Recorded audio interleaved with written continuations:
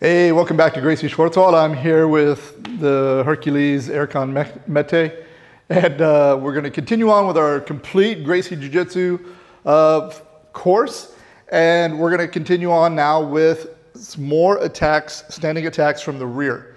Again, when he's turned and I grab him from behind, all the things that he would normally keep to make space, his frames, are no longer usable. Okay, so he's going to have to deal with me in a different way. Okay, the main thing, of course, is he should try to always be aware of me so that he could turn and face me. But it happens that sometimes you get grabbed. So we've covered before getting grabbed from underneath, learning to hand fight, break the hold. But now we're going to go over. Can I get you to turn around? Somebody grabs you over the arms from behind. Well, the problem is now is he can't hand fight. So there's a plus and minus to everything. The plus, when I grab him here, I have a much better ability to lift him. When I grab him over the arms, it's harder to lift him, but he also can't use his arms to break the hold as easily. And also, maybe I can't lift him, but I can start to drag him maybe somewhere. Or from a more of a true self-defense situation where it might not just be one-on-one. If I do this, he can't defend himself from anybody in front of him. At least here, he can maybe push a person off of him and then deal with me. But when I go like this, I can basically hold him while somebody else beats him up. Okay, so the first thing always when somebody grabs us from behind is what position do we go to? Exactly. Okay, because again, I may not have a very easy ability to pick him up. If I'm strong enough, I can. But I can still drag him back. So if he just drops straight down into base, I can start to pull him off balance. Okay, so he's going to drop down here. Notice that when he did this, he didn't take kind of a slow step. Both feet came out. He's not squatting, but he's not keeping his legs bent either. Again, he drops into base. And notice that his arms go up and he's looking down. Okay, now his arms go up and his elbows go away from his body just a little bit. Okay, so he's not got his elbows tucked tight to his body. You'll see why in a minute. So when I grab him this way, that needs to be his. Notice how by doing that, both by bringing his elbows a little away from his body and backing his hips into me and bringing his shoulders forward, it's putting strain on my grip. Okay, so he's not just doing this thing there and letting me get a good tight grip here.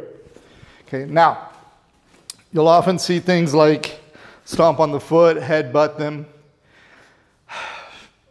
The problem is, when he's trying to stomp on my feet and headbutt me here, are you dealing with the grip? No. Okay.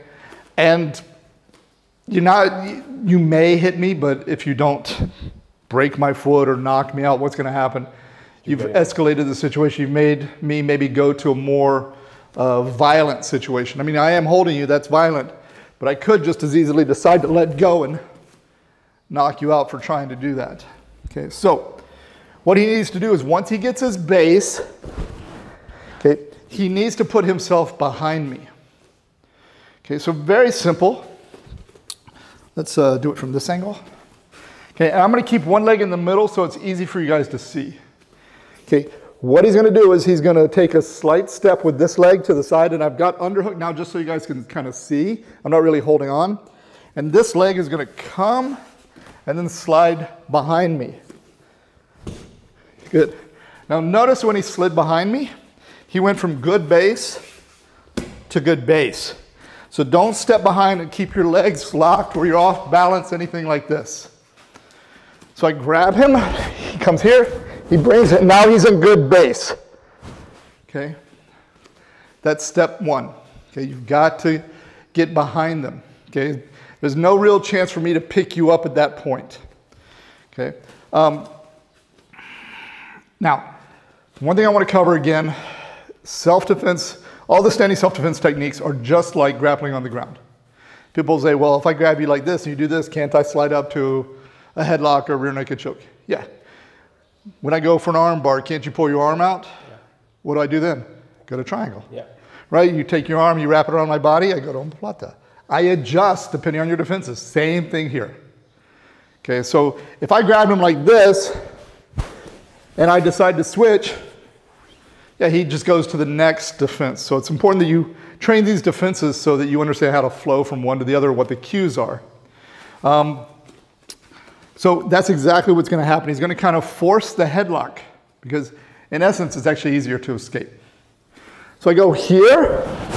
Let's turn this way a little bit. He's going to take a slight step, bring his legs here. Now, one reason that he kept his arms slightly away from his body is because if your arms are tight to your body, step behind me, there's not a lot of space, is there? Yeah. By doing this and opening the space,